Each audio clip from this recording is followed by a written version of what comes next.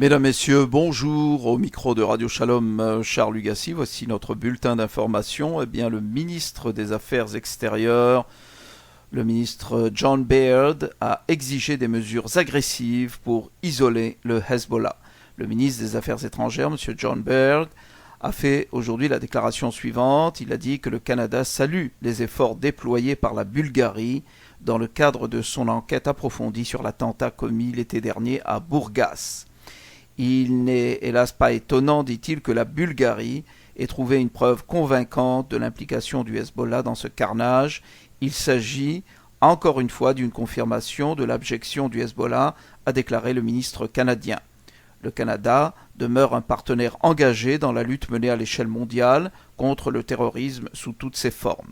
Rappelons qu'en décembre 2002, le Canada avait inscrit le Hezbollah sur sa liste d'organisations terroristes en vertu du code criminel. Le 7 septembre 2012, le Canada a officiellement inscrit l'Iran, principal partisan du Hezbollah, sur la liste des États qui soutiennent le terrorisme en vertu de la loi sur la justice pour les victimes d'actes de terrorisme. Toujours à propos du ministre des Affaires étrangères du Canada, John Baird, il s'est dit préoccupé par la participation de l'Iran à une enquête sur un attentat terroriste qui s'était produit en Argentine. Il s'est dit inquiet quant à l'impartialité de l'enquête sur l'attentat à la bombe commis en 1994 contre le Centre culturel juif en Argentine.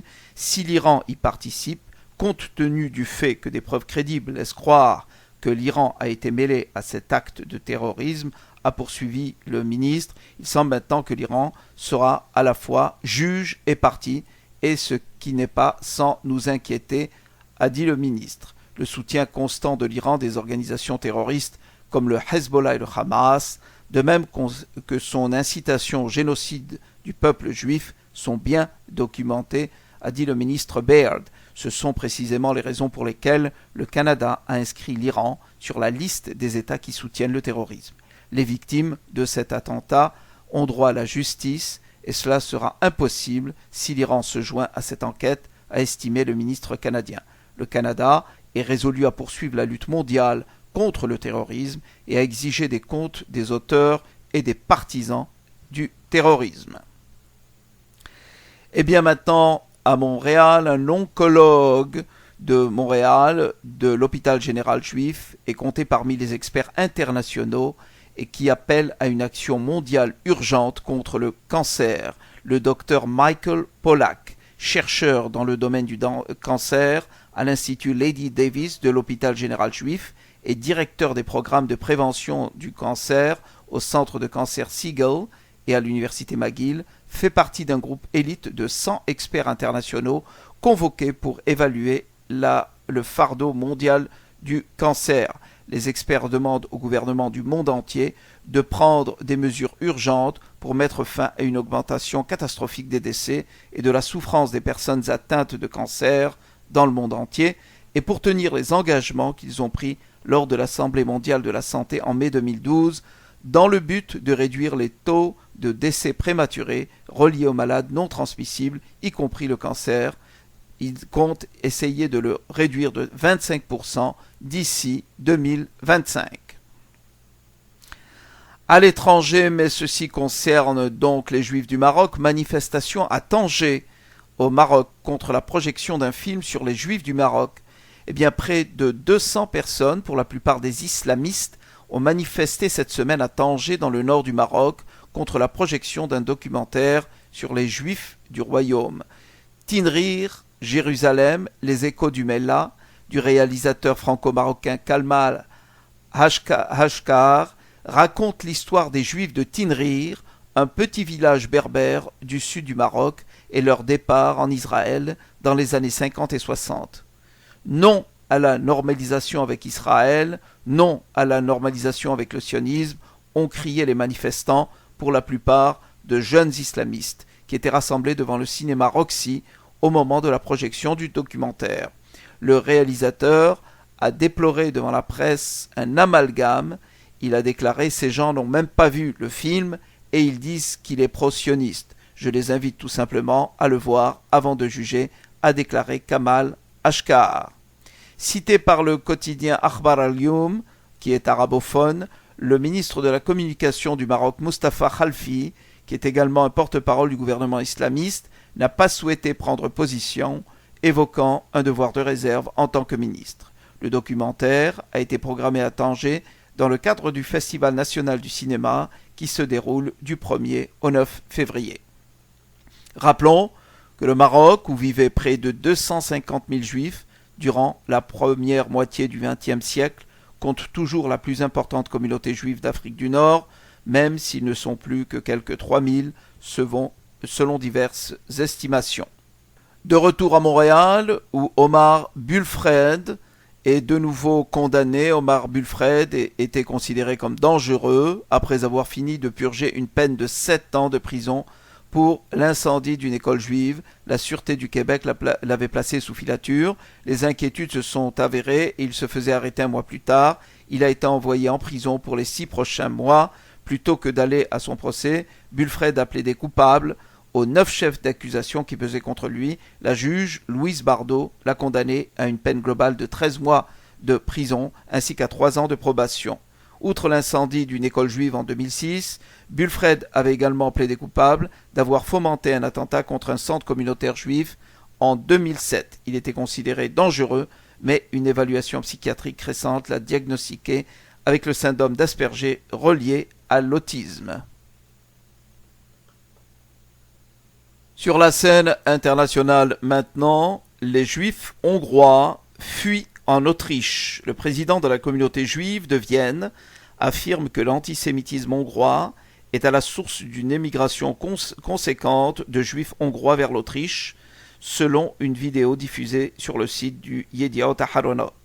Oscar Deutsch se dit heureux de voir des juifs arriver pour renforcer les communautés autrichiennes, mais s'inquiète des causes troublantes de leur venue. Quelques 150 familles quitteraient ainsi la Hongrie pour l'Autriche chaque année. La Hongrie fait face en ce moment même à une nouvelle vague d'antisémitisme depuis l'accès au pouvoir du parti ultranationaliste Jobbik. En Australie, les élections ont été programmées pour le jour de Kippour. Le Premier ministre australien, Julia Gillard, vient d'annoncer que les prochaines élections se dérouleraient le jour de Yom Kippour.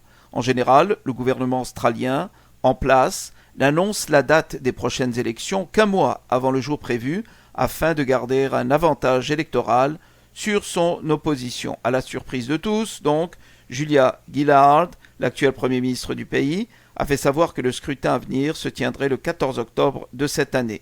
Si cette annonce prématurée a étonné les Australiens, elle a choqué une bonne partie de la communauté juive, étant donné que le jour retenu est celui de Kippour. Aussitôt, le porte-parole de l'opposition, Malcolm Turnbull, a fait savoir qu'il était très déçu que Julia Gillard ait choisi la date des élections à Yom Kippour, le jour le plus solennel et le plus sacré de l'année juive. Par le même moyen, M. Josh Frydenberg, un élu libéral, a souligné que cette date prive beaucoup d'Australiens juifs du droit de vote. Pour justifier son choix, le Premier ministre a expliqué qu'elle n'avait pas d'alternative étant donné la programmation de diverses finales de football américaines. Elle a dit comprendre parfaitement la signification du jour en question pour la communauté juive, mais beaucoup de ses amis juifs de Melbourne, dit-elle, comprendront aussi la signification de la finale de l'Australian Football League, tout en ajoutant que ceux qui ne peuvent voter le jour des élections ont la possibilité de le faire de manière anticipée. Israël et le Vatican seraient proches d'un accord historique après la longue négociation qui avait permis en 1993 la reconnaissance de l'État hébreu par le Saint-Siège. Un nouvel accord mettant fin à la plupart des litiges en suspens serait sur le point d'être signé. Pendant les 14 ans de négociations, les discussions ont porté sur 3 sujets principaux. D'abord le statut de l'Église catholique en Israël, la souveraineté sur 21 sites du pays, notamment le Cénacle. Le Cénacle, c'est le site du dernier repas de Jésus, et sur le mont Sion, ainsi que la question de taxation et d'expropriation. Cet accord, s'il intervient, entérinerait l'exemption de taxes sur les propriétés de l'Église, à l'exception des commerces possédés par l'institution catholique. Le texte réglerait également la question des expropriations des biens immobiliers de l'Église dans le cadre de projets de construction d'infrastructures. Une liste de 5 sites est mentionnée où l'expropriation du terrain serait interdite, sauf en cas de situation exceptionnelle. Toujours à l'étranger, protection renforcée autour des institutions israéliennes en Inde.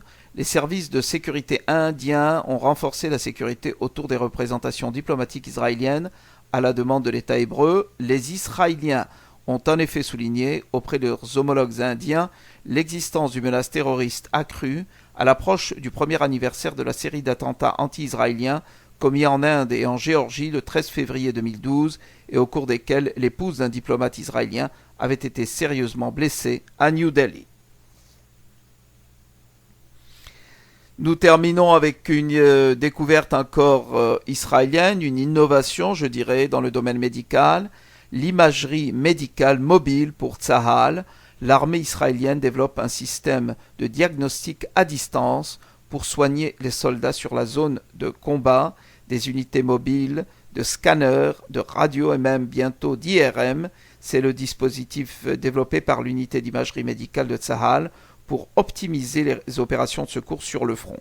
Les hôpitaux de campagne installés près des zones de combat seront dotés de ces équipements aussi performants que ceux des unités de radiologie hospitalière, à la différence qu'ils pourront fonctionner sur générateur et dans n'importe quelle condition météo.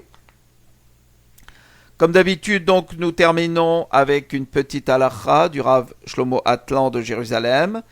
Il dit qu'il est recommandé de laisser le pain sur la table jusqu'à la fin du Birkat Hamazon, et selon les maîtres de la Kabbalah, même le sel, afin que la bénédiction puisse se reposer dans la nourriture et dans toute la maison.